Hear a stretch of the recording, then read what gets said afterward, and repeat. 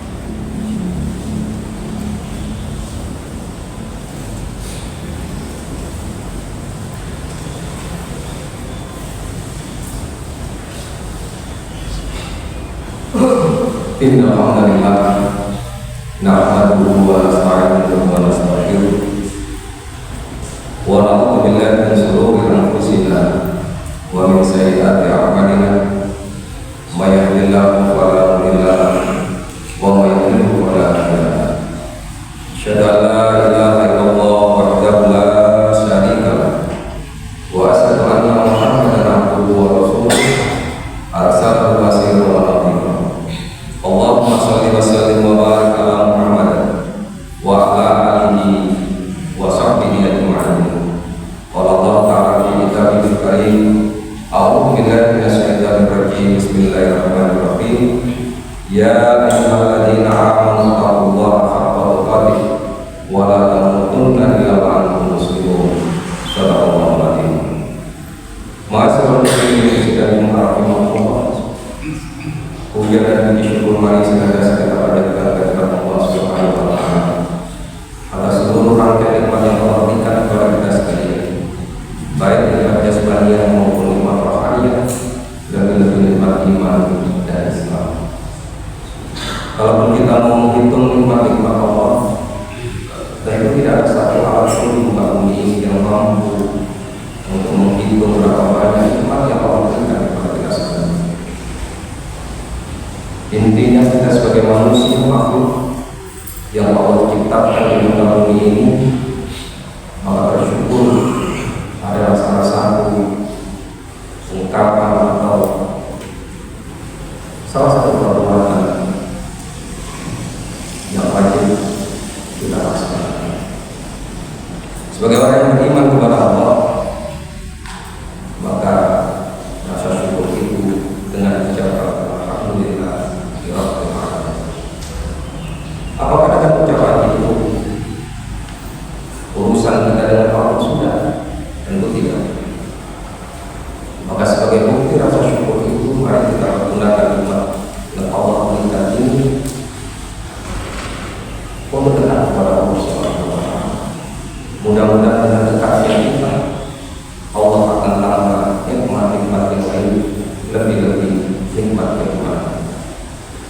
Salawat dan salam mudah-mudahan tetap terlimpahkan kepada junjungan kita Nabi Muhammad SAW. Kita berharap mudah-mudahan Allah panjangkan umur kita, Allah beri semangat untuk melaksanakan sunnah-sunnah Rasulullah SAW, karena inilah salah satu bukti kecintaan kita kepada Rasulullah SAW. Masih muslim Allah, tidak ada wasiat yang lebih baik dalam kesempatan yang berbahagia ini. Mari di waktu yang singkat ini kita tingkatkan kualitas iman dan takwa kita kepada Allah Subhanahu wa Ta'ala. Kita artikan setengah jam atau 1 jam ke depan hanya zikrullah, ingat Allah. Mudah-mudahan dengan keimanan dan ketakwaan kita, Allah dapat seluruh aktivitas kita sebagai amal soleh. Masyaallah muslimin rahimahumullah.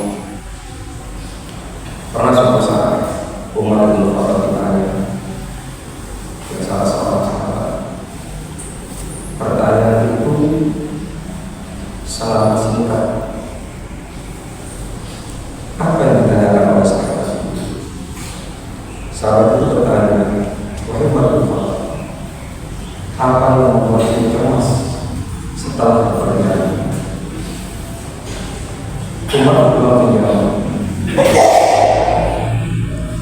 yang aku cemaskan setelah kepergian adalah meninggalkan pewaris atau generasi muda yang lemah atau tidak.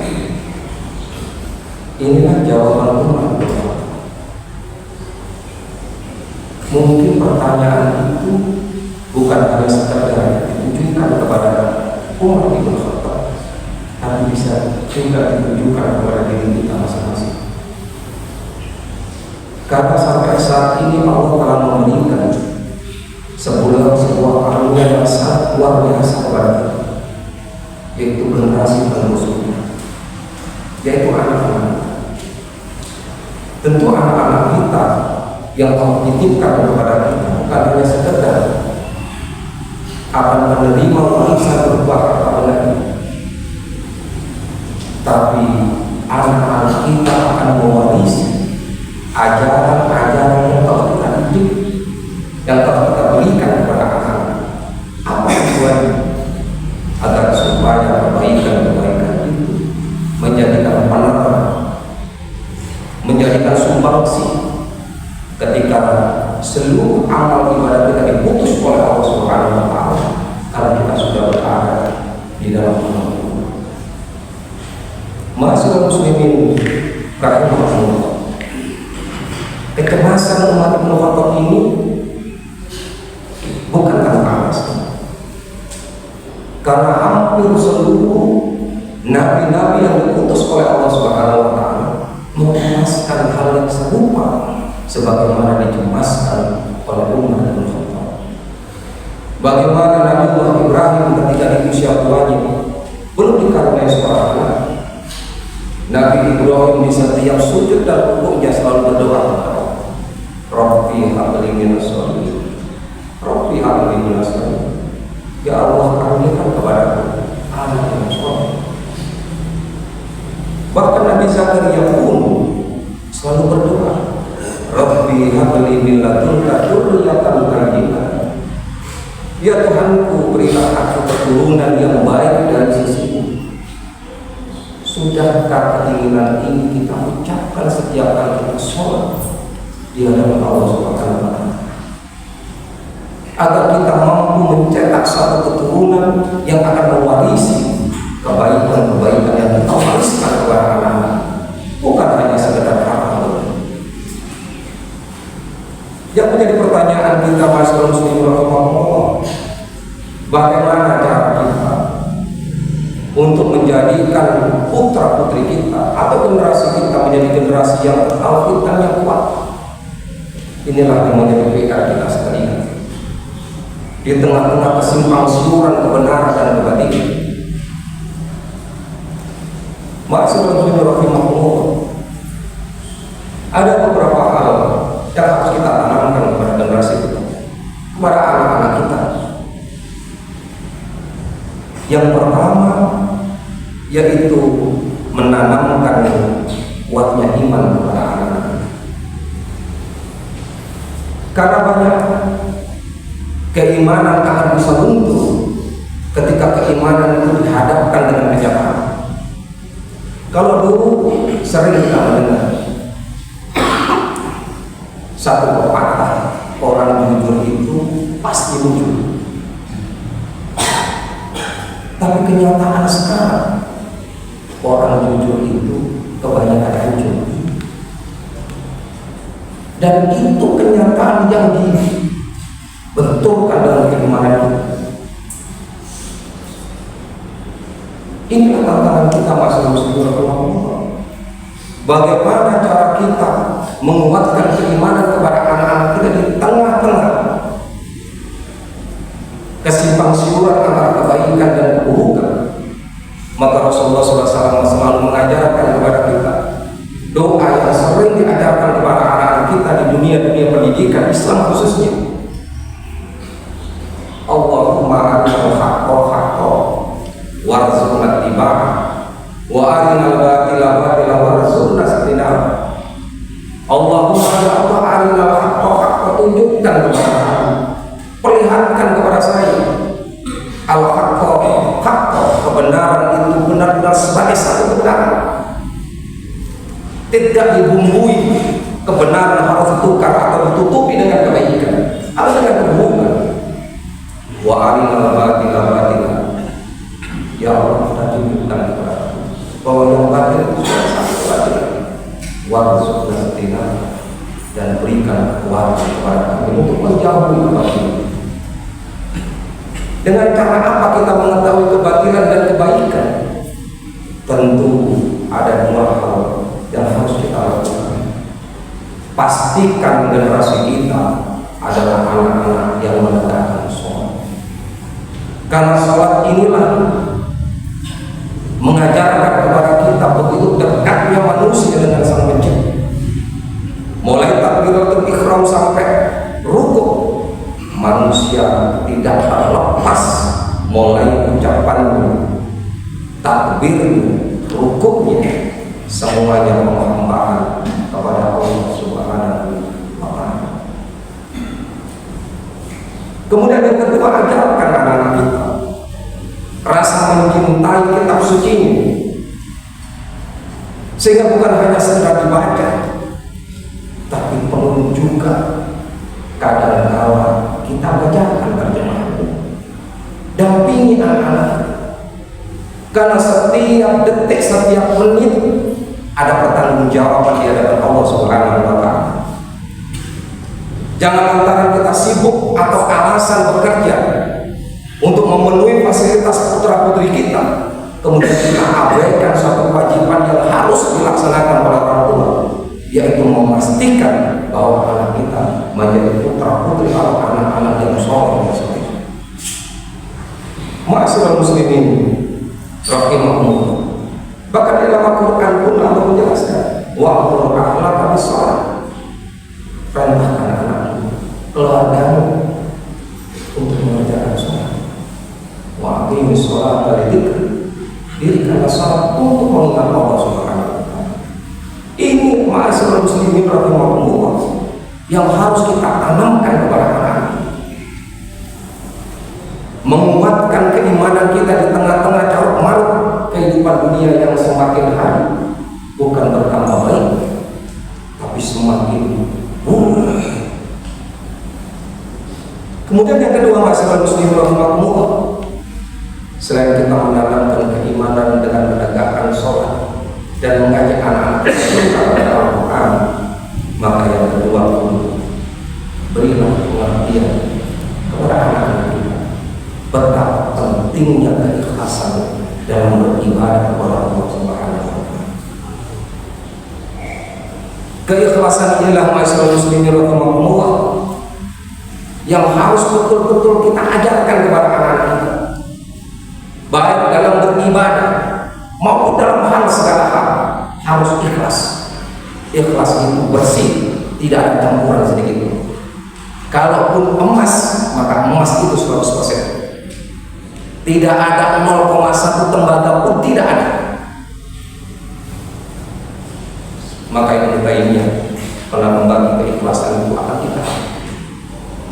Yang pertama yaitu ikhlas karena Allah, dan itu tingkatan yang pertama. Seseorang mukmin beribadah, melakukan amal soleh tanpa mengharapkan apa-apa kecuali ridho Allah Subhanahu wa Ta'ala. Kalau panjenengan melangkahkan kaki dari tempat aktivitas menuju ini ikhlas karena Allah, saya yakin setiap langkah kaki panjenengan pasti dihitung oleh Allah Subhanahu wa Ta'ala sebagai amal soleh. Kemudian ikhlas yang kedua yaitu ikhlas karena akhirat. Ini tingkatan yang kedua. Ikhlas karena akhirat itu seorang mukmin melakukan amal atau melakukan ibadah tapi karena takut akan siksa Allah Subhanahu wa Ta'ala. Kalau saya tidak sholat, saya disiksa oleh Allah Subhanahu wa Ta'ala. Kalau saya tidak sedekah, saya dapat pahala Allah Subhanahu wa Ta'ala. Ini namanya ikhlas Allah, yaitu ikhlas bukan karena Allah tapi karena akhirat. Dan yang ketiga yaitu ikhlas karena dunia.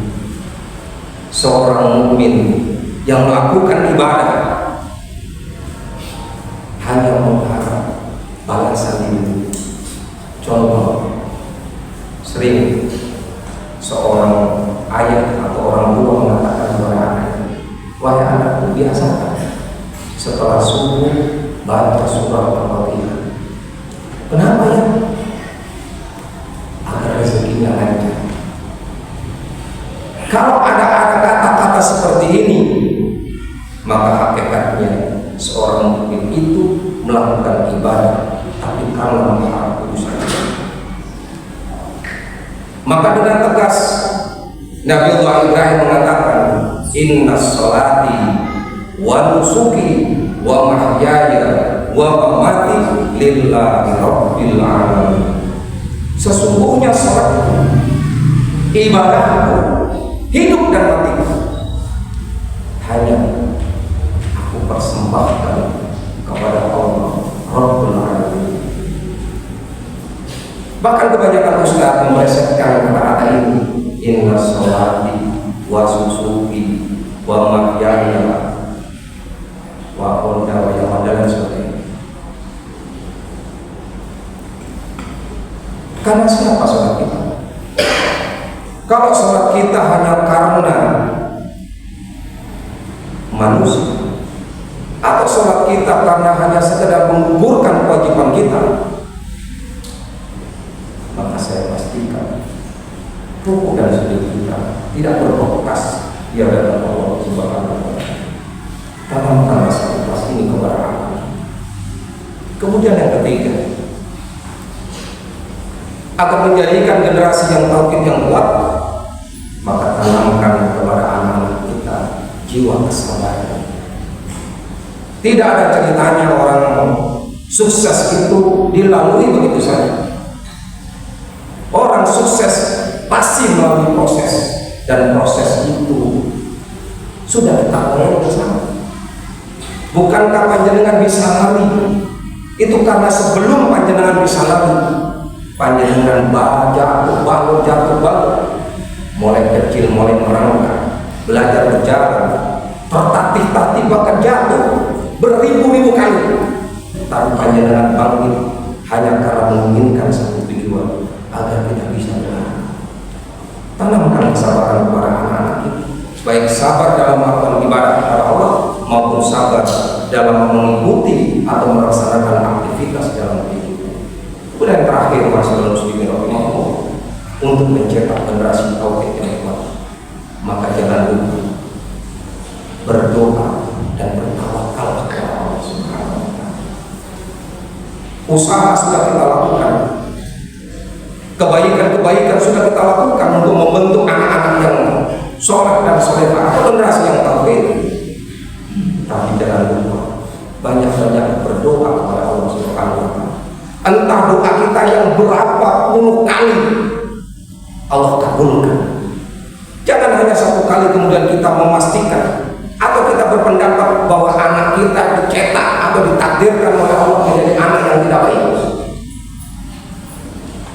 Jangan pernah putus asa untuk berdoa kepada Allah, karena bisa jadi doa kita yang ke-1000 kalinya, doa itu membuka pintu ars, kemudian doa itu disertai hidayah Allah Subhanahu wa Ta'ala dan masuk kepada hati. Maka doa dan tawakal jadikan senjata bagi kita semua untuk keluar dari kesulitan.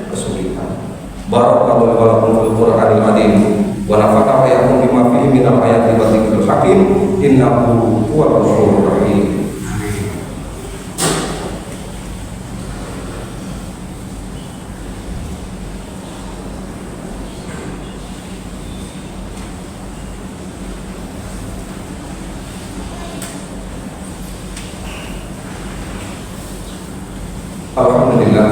Alhamdulillah alladzi anzala sakinata fi qulubil mu'minin liyazdadu imanan ma'a imanihim. Asyhadu an la ilaha illallah wahdahu la syarika lahu wa asyhadu anna Muhammadan abduhu wa rasuluh. Qala ta'ala fi kitabil karim.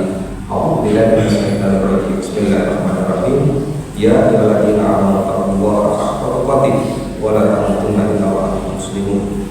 Shadaqallahu. Maksudnya muslimin rahimahumullah.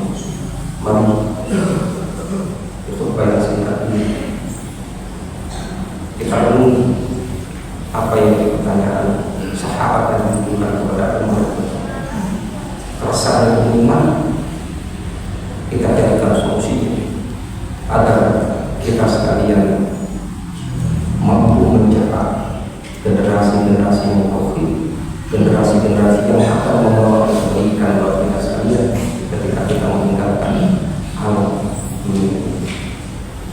Masih Allah sebagai akhir mari kita berdoa.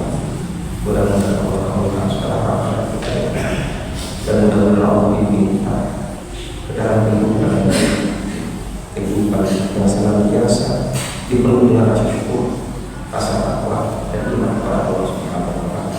A'udzubillahi minasyaitonir rajim. Bismillahirrahmanirrahim. Innallaha wa malaikatahu yusholluna 'alan nabi ya ayyuhalladzina amanu sallu 'alaihi wa sallimu Allahumma sholli wa sallim wa barik ala Muhammad walhamdulillahi rabbil alamin. Allahumma ighfir lil muslimina wal muslimat wal mu'minina wal mu'minat al ahya'i minhum wal amwat. Rabbana la tuzigh qulubana ba'da idh hadaytana wa hab lana min ladunka rahmah innaka antal wahhab.